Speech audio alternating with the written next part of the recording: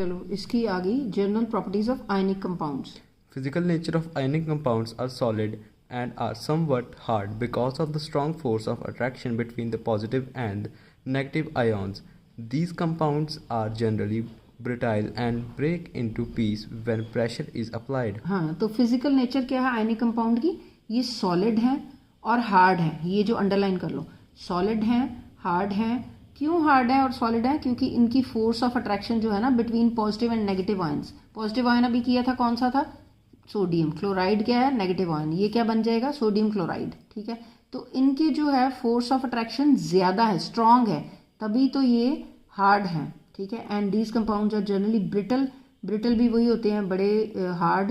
And break into pieces, जो कि pieces में ब्रेक भी हो जाते हैं. अगर इनको हम हैमर के साथ ट्राई करें तो ये टूट भी जाते हैं जब प्रेशर भी लगाएं इनके ऊपर. ठीक है, then Melting and boiling point. Ionic compounds have high melting and boiling point.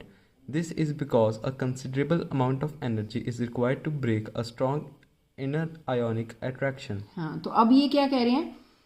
अब कह रहे हैं आयनिक कंपाउंड्स है high melting and boiling point. तो अब ये जो याद रखने का, ये मैंने कीवर्ड कराए हैं, हार्ड हैं, सॉलिड हैं, ठीक है, और ब्रिटल हैं. ये 3 कीवर्ड हैं. Strong force of attraction. इसका सेकंड का सिर्फ ये याद रखो, high M P and B P, melting point, और ये वर्ड, ये कीवर्ड है. तो अपने आप लाइनें बना लिया करो फिर बाद में. ठीक है, then solubility.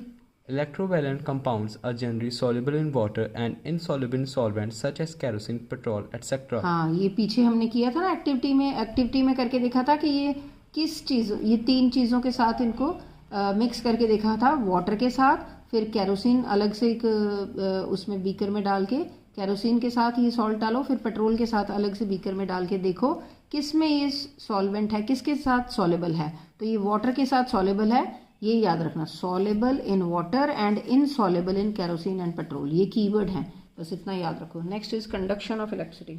The conduction of electricity through a solution involves a movement of charged particles. A solution of an ionic compound in water contains ion which move to the opposite electrodes when electricity is passed through the solution. Ionic compounds in the solid state do not conduct electricity because movement of ions in the solid is not possible due to their rigid structure, but ionic compounds conduct electricity in the molten state. This is possible in the molten state since the electrostatic force of attraction between the oppositely charged ions are overcome due to heat. Thus the ions move freely and conduct electricity. हाँ, तो ये पूरा इतना बड़ा paragraph है, इसमें जो की वर्ड्स हैं या की सेंटेंस ये है याद रखने की बात